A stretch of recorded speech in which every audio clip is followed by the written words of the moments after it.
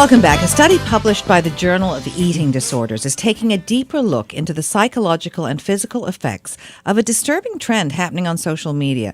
What's going on is that a large number of accounts are celebrating extreme thinness by uploading pictures of skeletal women. And joining us now to discuss the dangers of this is an eating disorder survivor and specialist and the founder of the Kyla Fox Center, Kyla Fox. Welcome to What She Said. Hi, thank you for having me. So great to be here. The accounts feature selfies taken by girls who want to show off their low-calorie consumption, their emaciated bodies, and they highlight protruding hip bones, spines, thigh gaps, and collarbones. Why do you think this is happening? I think pro-ana sites have... That's pro-anorexic, right? Pro-anorexic sites, yes, are not new. I think the difference now is just that on Instagram and within social media, there's just there's so much more space for people to actually show this stuff, and there's so much more space for people to have access to it. But what we're actually seeing in these posts is no different than what we've always seen. It's just more dispersed. I always had the impression, I guess wrongly, that people who had eating disorders went to great lengths to hide them socially, but obviously not. Well, I think both exist.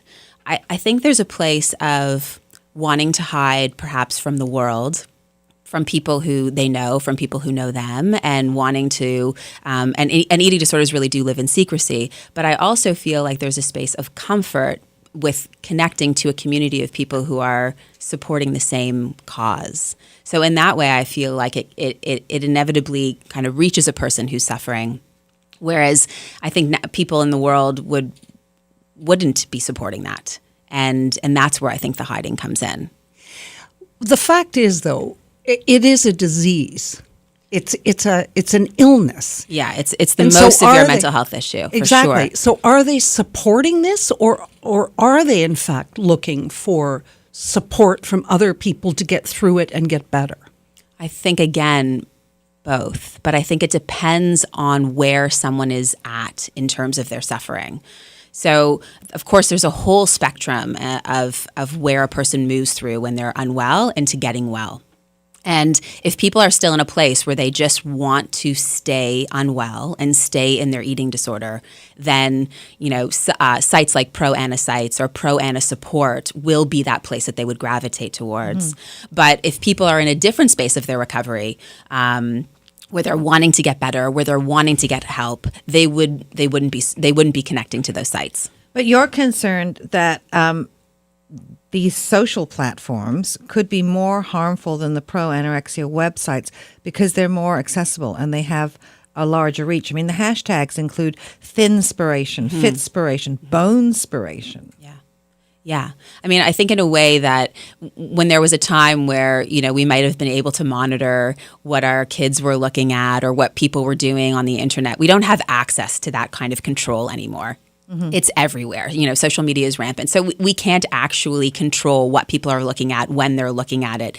And the amount of people that would be able to support these kinds of images are everywhere. So the ability for it to penetrate much further than it ever did when it was just websites, let's say in the 90s, is totally different now. Let me ask you, your concern would appear to be primarily for children, for young women maybe, or men growing up seeing this.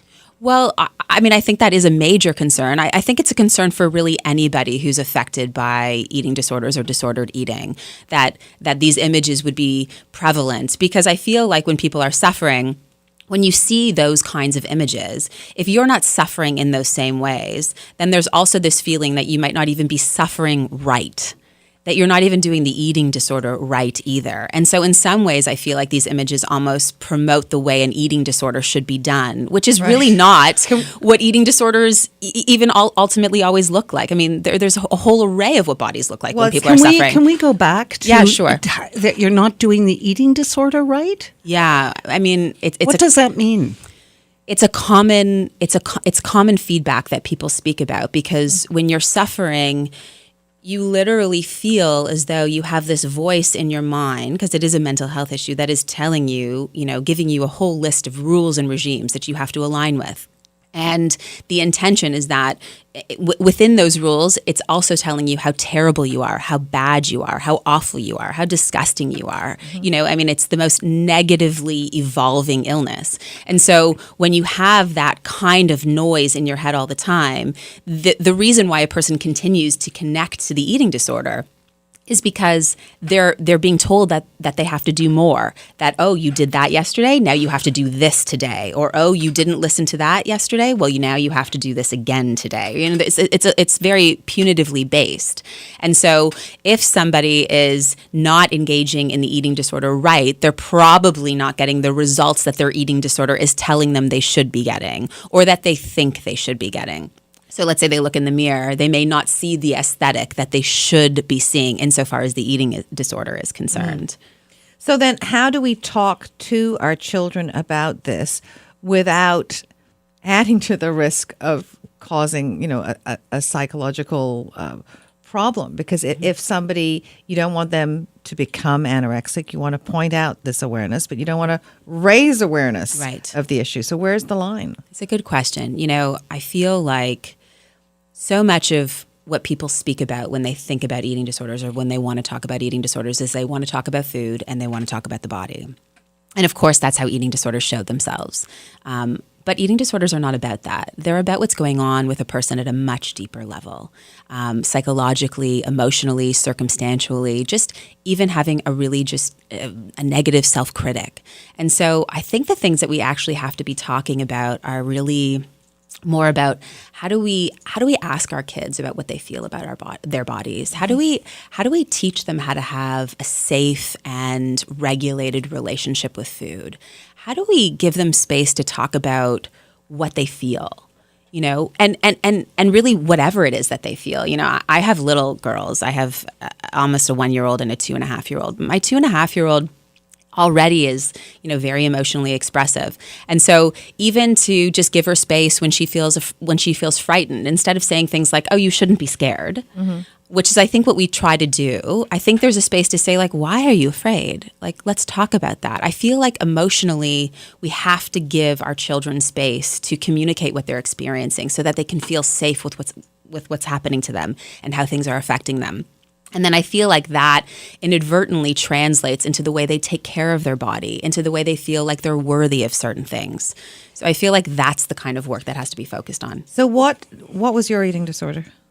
I was affected by anorexia and an overexercise addiction, but throughout the journey of trying to get well, it morphed and shaped itself.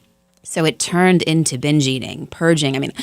I feel like I encompass the entire spectrum of eating disorders, which is the case for most anybody who's suffering. We don't fit nicely into boxes. And what did people do wrong when they talked to you, or what could they have done better to help you? Because you are now okay.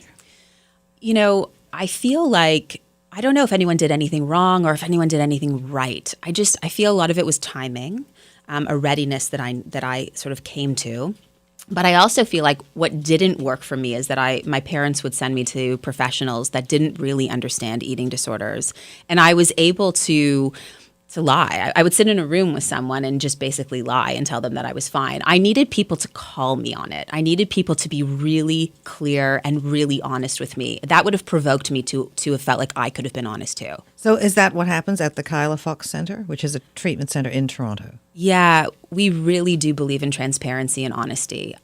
Like I said before, I think because eating disorders live in secrecy, if you allow a person who's suffering to continue to be secretive, then they will continue to harm. But as soon as we can help people to be differently honest, then they have to indicate what's happening for them. They have to face themselves. So if I know somebody, Kate and I run into somebody and we think that person has an eating disorder, or let's say we have a child that has an eating disorder, what should we do? I would say that I think you should be honest about how you're feeling, about what's happening for that person that you love.